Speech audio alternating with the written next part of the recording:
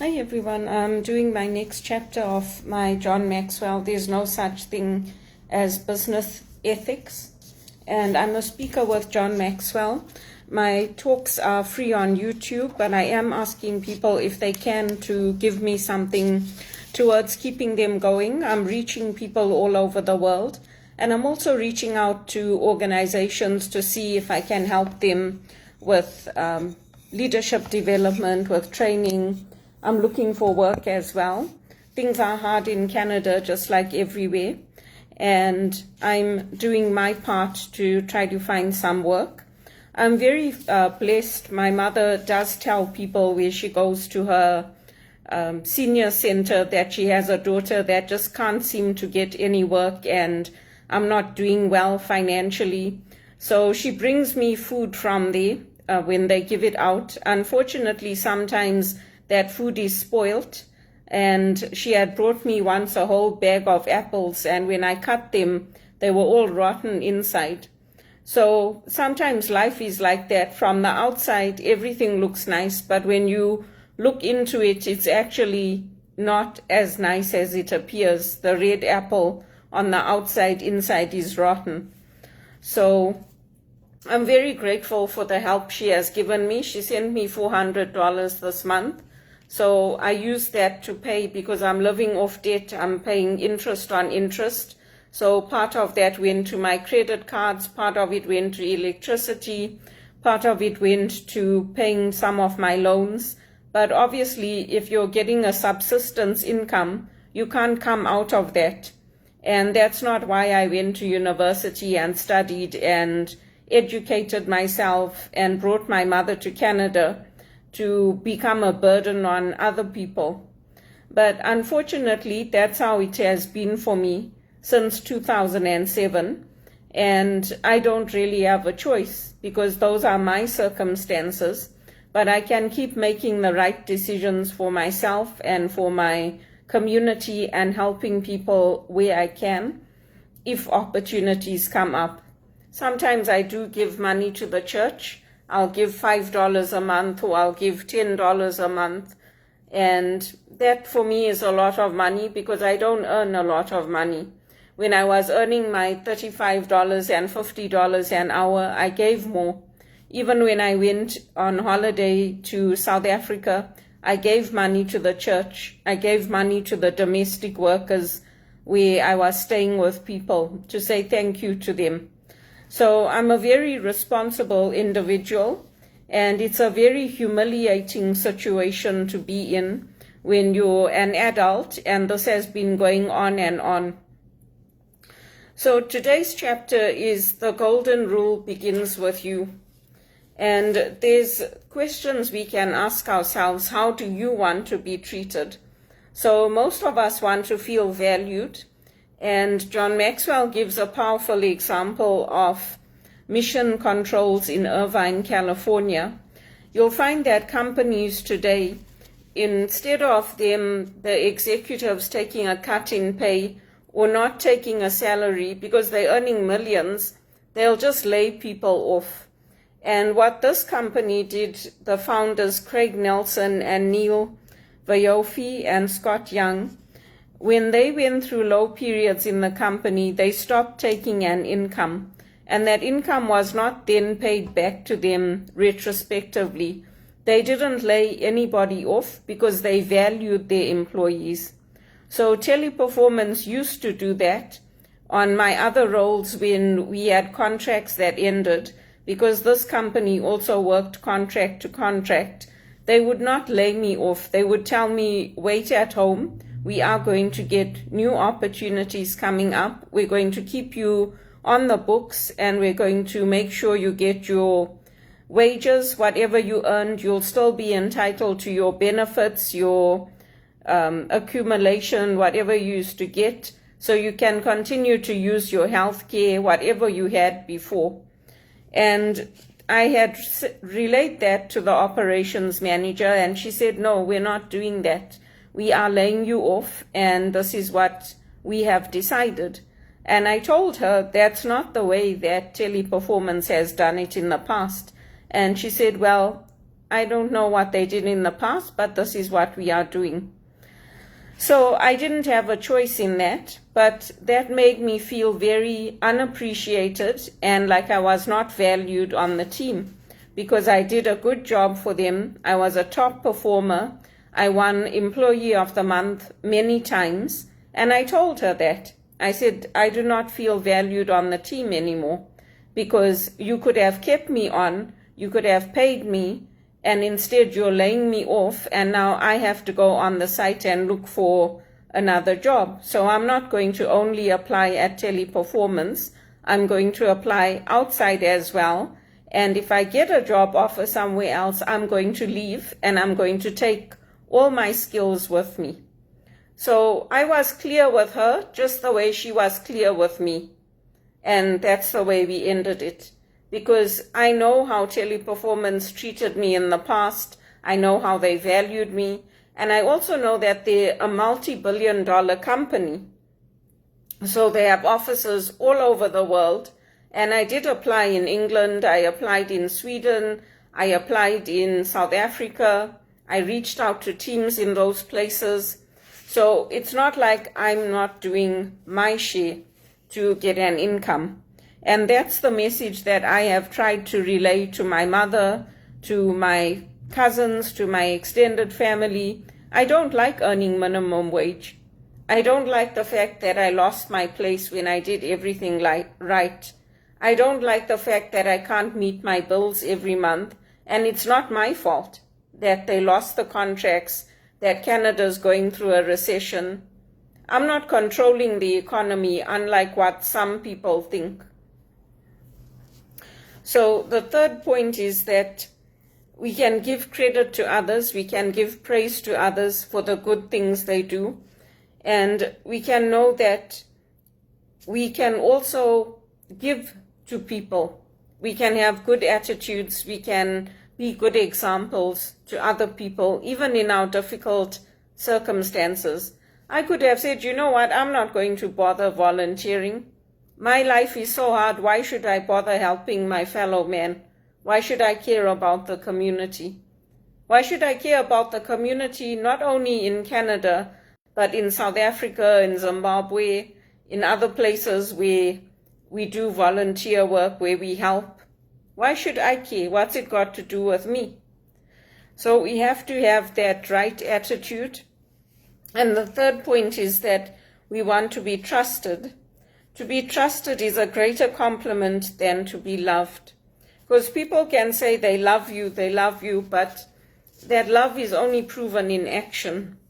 And if trust is broken, the relationship cannot be good again. You can try to mend it. There's that image of the Japanese take gold and they use it to repair broken vases and bowls and plates, and they say that that's the beauty of how we can remend our lives. But with the wars like the war we had in Rhodesia, the civic war, the war we're having in Ukraine now, in Israel, people's lives have been lost. And the fragmentation of the psyche of that trust, it's never going to be completely the same again, because the worldview has changed, especially when it's an unprovoked attack. The worldview has changed. So we have to maintain our own integrity. We have to be open with our communication, have shared goals, shared things that we're looking for. We do the right things regardless of personal risk. So we don't take risks that are going to lead to us losing our lives, but we take calculated risks. We take risks that are going to help us and others. And we keep an open mind, demonstrating compassion and maintaining confidences. Everybody wants to feel respected, that we can receive responsibilities, that we're capable of showing we are responsible people. If the government of Canada did not think I was a responsible person, do you think they would have allowed me to sponsor my mother? They would have said, no, you're not a responsible person, you can't make good decisions, and Maybe in the past you did, but we're not going to allow you to sponsor your mother. So it's important to remember that we want to be respected, and we have to build that respect. People can discuss problems, they can be open about them, we can help others to learn from our experiences, and we can also be aware of how culture influences how we're interpreting things, because culture plays a lot in our lives. And we can also refuse to be manipulated, because some people, they just start crying, and then they use that crying to get what they want. So we can refuse to be manipulated. We can try to keep a calm disposition and to think things through carefully so that we can have a right outcome. And I don't know when the right outcome is going to come for me, but I know that I'm doing the right things, and I know that I'm going to keep on doing the right things. Now there's a postal strike.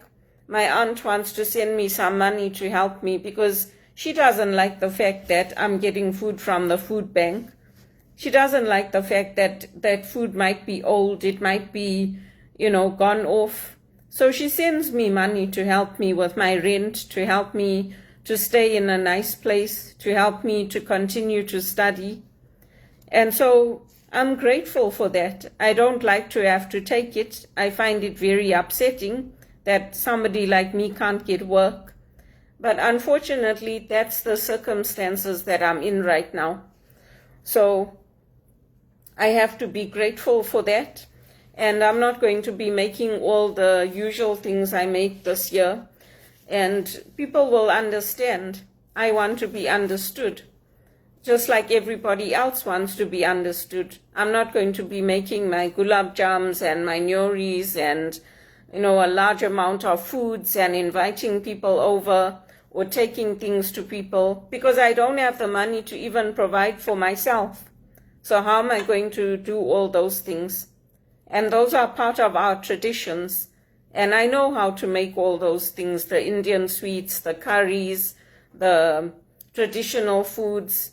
I know, I taught myself. I've got an Indian Delights book, cookery book that I bought from South Africa, and I use that to make things. But this year, I won't be doing that. I'll focus more on just enjoying what little I have, like I always do, and going to church and keeping my faith and keeping my hope and encouraging others to do the same. So like everyone, I don't want others to take advantage of me. Values matter to me, and others don't want to be taken advantage of. If people feel that, oh, she's just sitting at home and look how many months it is, it's since March, she hasn't had any work, then they're not going to want to help me. They're not going to want to put my name forward for jobs. They're not going to want to see me as a responsible person. But I know I've done everything right in this country and all the other countries I've lived in. Even in South Africa, I was the one that used to organize the schedules for our cooking. I was the one that used to go out with my friend Myrtle to buy all the groceries for the team, for the group of us that live together.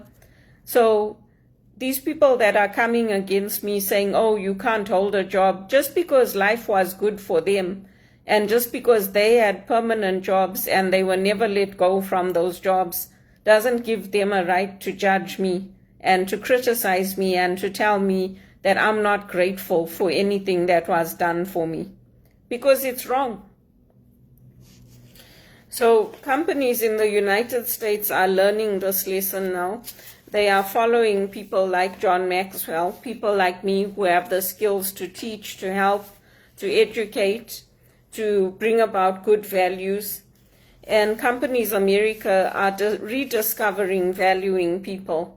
I know that in Europe a lot of the companies do that as well. Rather than laying somebody off, they will put in a job share plan, or they will make sure that, like for me, I told them, set up another ID if my ID is not working. They said, oh, it's going to take a month. I said, so if it takes a month, it takes a month. They didn't do it. So again, I did not feel valued. But if that had been Europe, I know they would have done it.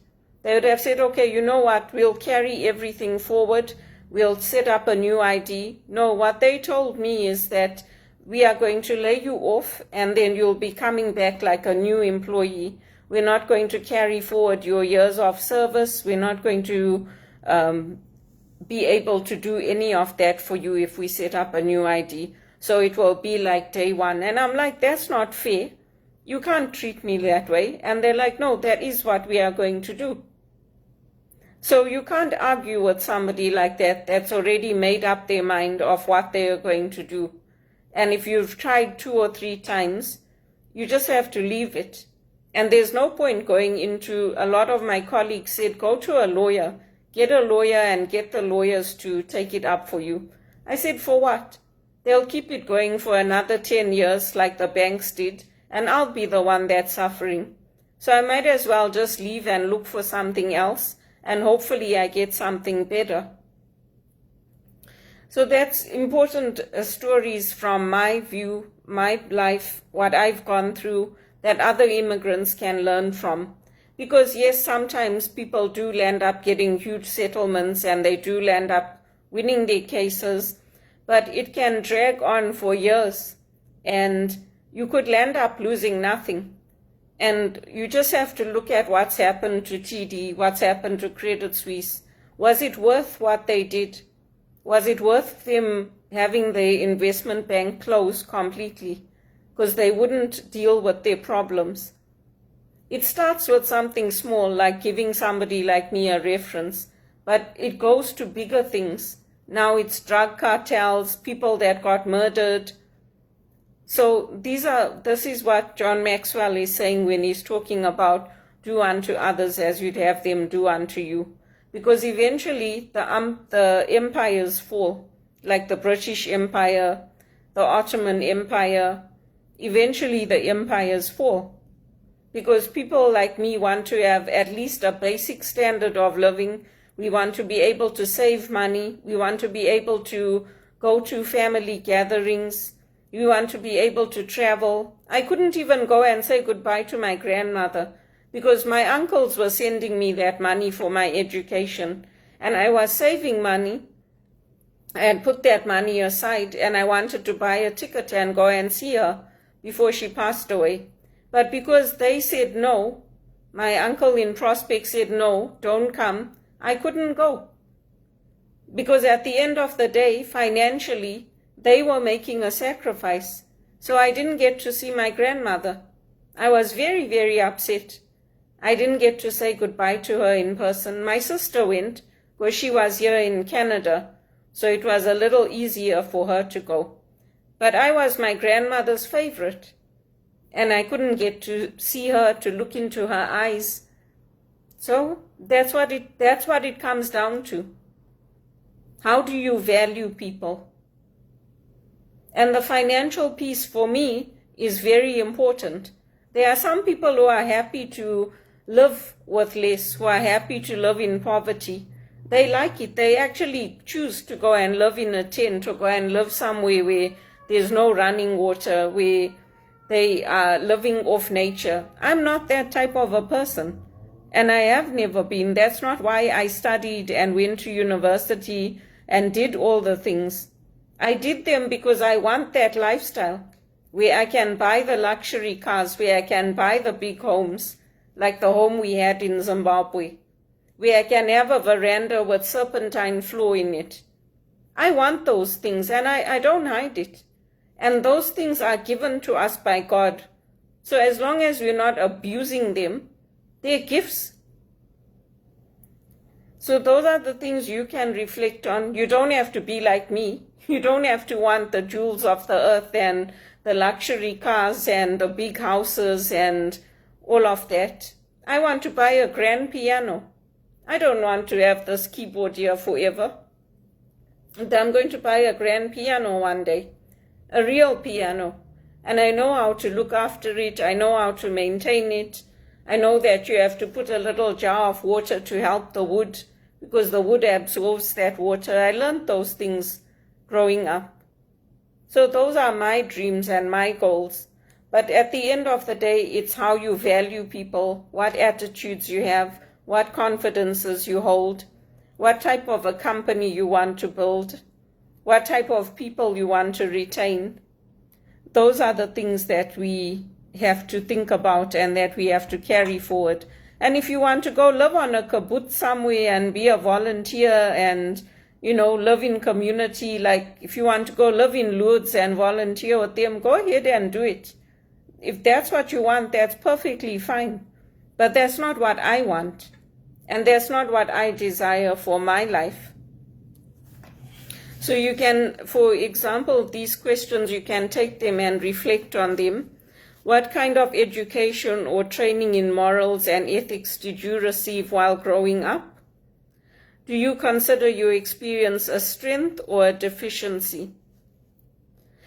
Describe a situation from your past in which a person in authority expressed value, appreciation, and respect for you. Why does that incident stand out to you, and how did you respond? Describe a situation from your past in which someone treated you with disrespect or mistrust. How did you respond? How did that set the tone for your interaction with that person? Were you able to work things out to build or restore the relationship? And then when you meet people, how do you respond to them? Do you meet them on your terms? Do you meet them halfway? Or do you try to meet them on their terms? And I think for most of us, we try to meet people halfway. We're not millionaires. We're not like Roger Federer or Rafa Nadal or Andy Murray. We can't do things on our own terms because the financial piece comes into that. And if we had money, if we had a nest egg, if we had our own homes, if we had homes like Roger Federer's got a home where he has apartments for his parents, if we were in that situation, we can live on our terms. But most of us, especially for me, I came into this country as a skilled worker, but I was left stateless in England. I didn't have any rights. They were going to deport me. They were going to come and take me with the police, put me on a plane, and send me back to Zimbabwe. And my cousin and I prayed. We just put it in Our Lady's hands, Our Lady Undoer of Knots, and Our Lady of Knock. I put it in her hands, and I just prayed and said, please, Our Lady, I need this. The people are telling me not to come back to Zimbabwe and that it's very bad. And I saw the land grabs on the TV. So I couldn't do things on my terms. Even when I stayed with my sister and them, it was hard for me because I was so used to being independent, being on my own. They also had to make adjustments to me being in their home. So I had to be able to meet people halfway, and I had to be able to adapt to different cultures. Some of the things that people in this country find funny, I find them painful. I don't find them funny. And some of the things I find funny, they don't find funny.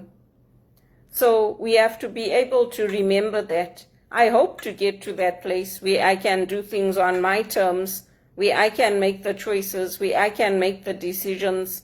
But I've never had that.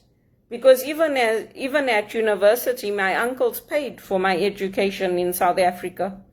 I worked and I contributed to that.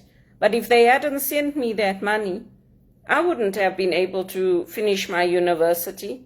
The same thing with my brother. He gave me that money to go and do my honors degree, and then I paid him back. So I am a responsible individual. I don't sponge off others. If somebody gives me money, I pay them back when I get that money, and I don't want to be earning this peanuts that I'm earning. $17 an hour, $18 an hour. I want to be earning those 100,000, 120,000. That's what I want to be earning on an annual basis. I want to be able to say, yes, I'm going to afford the best health care, the best travel. I'm going to be able to pay for it. And I would like to have it happen while my mother is alive, not to continue to hear her crying every time I pick up the phone. So you can look at these questions and reflect on them for your own life. How does your approach impact your interaction with others? Are you willing to try to see things from another's point of view? What will it take for you to make the change? What area of your life will be most affected if you do change? So those are things that you can reflect on, and I hope it helps you. I also, over the years, I have collected all the precious gems that St. Hildegard says have important spiritual qualities. So I've collected the sapphire. My sister gave me a sapphire ring for my 21st, so sometimes I wear that. I have bought myself a necklace with a sapphire in. This chain of mine I bought from Ireland. It has diamonds in the, you can't see it because they're very small, but in this part here, it's got tiny, tiny diamonds. In the center, there's an emerald. And I collected all the gems that St. Hildegard recommended. The emerald, the diamond, the sapphire, the pearl, the topaz, and the ruby. And I have all of them, and I wear them at different times. I also use the essential oils that she's recommended, especially lavender. And I do a treatment for my hair. I put the coconut oil and I put a few drops of lavender and I sleep with that in my hair. And in the morning I wash it out. So everything for me is imbued with the spiritual aspect. Even the wars, there's a spiritual aspect to them. Because the dates, even the date that they chose where they did that attack in Israel, that's the date the Christians defeated the Huguenots.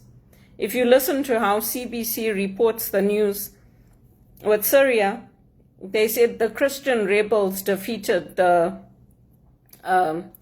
Syrian leader. So it's important to listen, like how is the news being reported? What words are they saying? Because we have to know that there are spiritual wars taking place here.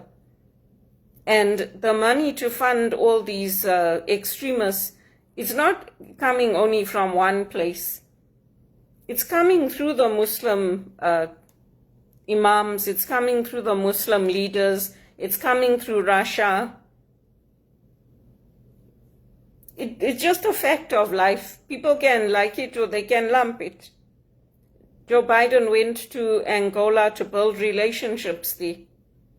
It's an implementation of different values rather than having the Boko Harams who will come and take women and put them into prostitution and then say, oh, look at what I've got, what everybody else is suffering. You watch the documentaries are there. You just have to watch them. Go on to BBC Africa on YouTube. I watched many of them about what's happening in Nigeria, Black Pantherism, all of that. It's important because we can't only look after our own. We have to have a world where everybody is at least given the basics, at least given clothes and food and a nice place to live. And if people want to go and live off the grid and go and live off the land and use latrines and not have proper toilets and all that, I'm not supporting that. To me, that's crazy. But they're calling me crazy because I want a better life and I want a good life and I want indoor plumbing and I don't want to go and live in a place where cow dung is used on the floors. So who's crazy? Not me. You can all make your own choices. I'm doing this John Maxwell also because I want to build a business and because I want the good things in life. And I don't want to say, oh, now there's another salmonella outbreak. Oh, this is being recalled. That is being recalled. It all comes down to values. That's basically it. Why do you think I got that orange crush that Amazon sent me filled with glass? Millions of lives were put at risk, not just mine. And if I didn't watch the news and I didn't see it, I would not know until later. I said, oh, there's something wrong with this. It feels like there's crystals in here. And I had to phone Amazon, and they said, oh, yeah, that product's being recalled. Sorry, we haven't sent the notice out yet. And then a week or two later, it was on the news. The same thing as when those people were dressing up as policemen and coming and taking the women and men into prostitution. And when I told BMO and they laughed at me, they looked at me like I was crazy and I was delusional. And then the news came out 2 weeks later on the Sun paper here in Canada and in UK. So next time when I tell you something, believe me, and don't go around putting me down saying, oh yeah, you can't make decisions. Maybe in the past you made good decisions, or you created it. Give me the respect I deserve, because I do deserve it, and I deserve the support of my church at Blessed Sacrament. I deserve it because I'm good, and I don't just help myself, I help others, I help the community. Even Wits, I've done a lot for Wits and the South Africans. Peter Meher always tries, he always tells them, Belinda's looking for a job and she doesn't want a job doing your binding and your photocopying and cleaning your toilets. She wants a good paid job. And it's right, because I do a lot for Wits University from here. I do a lot.